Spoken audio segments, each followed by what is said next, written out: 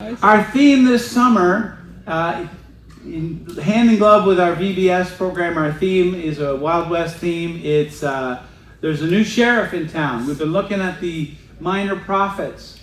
These four, I actually have a photograph of these four prophets here riding into town. We got Obadiah, Jonah, Nahum, and Zephaniah kind of over there by himself. And so I picked up two verses to share with you today from Obadiah. First, in verse 15, it says, "The day of the Lord is near for all nations. As you have done, it will be done to you. Your deeds will return upon your own head." So it's written to all nations. Then he clarifies in verse 21, "Deliverers will go up on Mount Zion to govern the mountains of Esau, and the kingdom will be the Lord's." So you see where he tightens his vision here from all nations down to Esau. It is a book of judgment. And so here's the message. Judgment is for all, especially if you ain't one of us. You'll end up like Lucy here in this picture. You are an Esau, and I'm not even going to talk to you. That's not our approach. That's not a Christian approach. We can't nix certain people because we don't think they're God's chosen. That's what Jonah does in the book that bears his name. So in the start of the book, in chapter 1, verses 1 and 2, it says, "The word of the Lord came to Jonah, son of Amittai. Go to the great city of Nineveh and preach against it, because its wickedness has come up before me."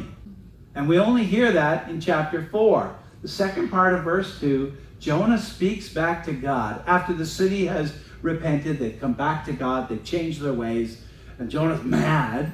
And this is what he says: "I knew, God, that you are a gracious and compassionate God, slow to anger and abounding in love, a God who relents from sending calamity."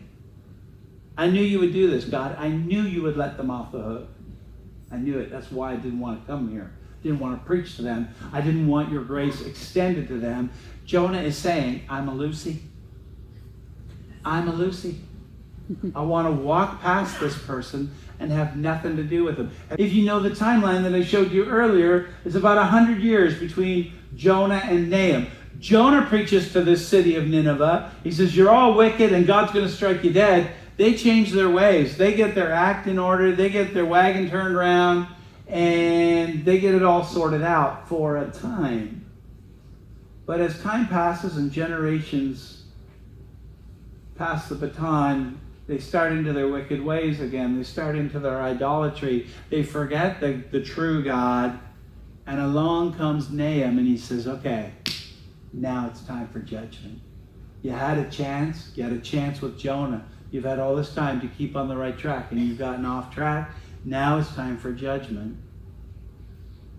But when you read through the Old Testament, and particularly the New Testament, and you see these expressions of grace, and let the foreigner come in among you, let that one from over there, let them come in and be part of your group. It's God's message of grace and inclusion. We should be people who lead the band on this. Seek the Lord, all you humble of the land. You who do what he commands, seek righteousness, seek humility, and perhaps you will be sheltered on the day of the Lord's anger. Maybe there's a shelter for you. Maybe there's a fortress you can run to. Maybe there's a safe place for you. Maybe there's a roof over your head. And in the New Testament context, we know what it is. It's called grace. It's grace. You are a whoever. Say to the person next to you, you're a whoever.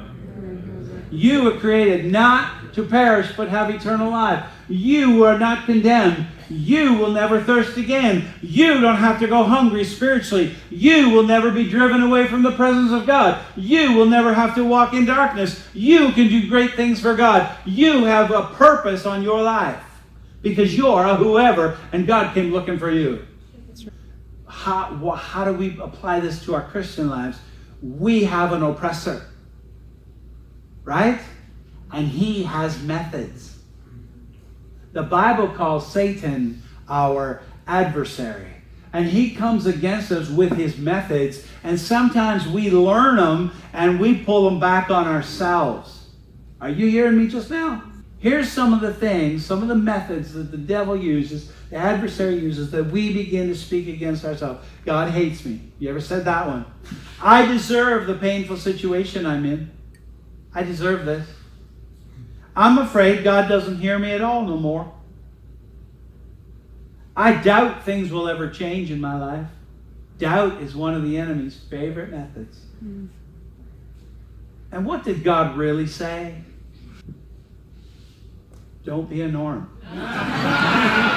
You've been called, from A to Z, you've been called to be much more than the norm. You are accepted, you are blessed, you are chosen, you are His delight, you are empowered, forgiven, gifted, and humbled. You are indwelt by the Spirit, justified, kept, liberated, motivated. You're a new creation, an overcomer. You are prized, quite special, I might say. You are righteous, you are set free, treasured, undefeatable, victorious, a warrior, extremely loved, yearning for glory, and zealous for God.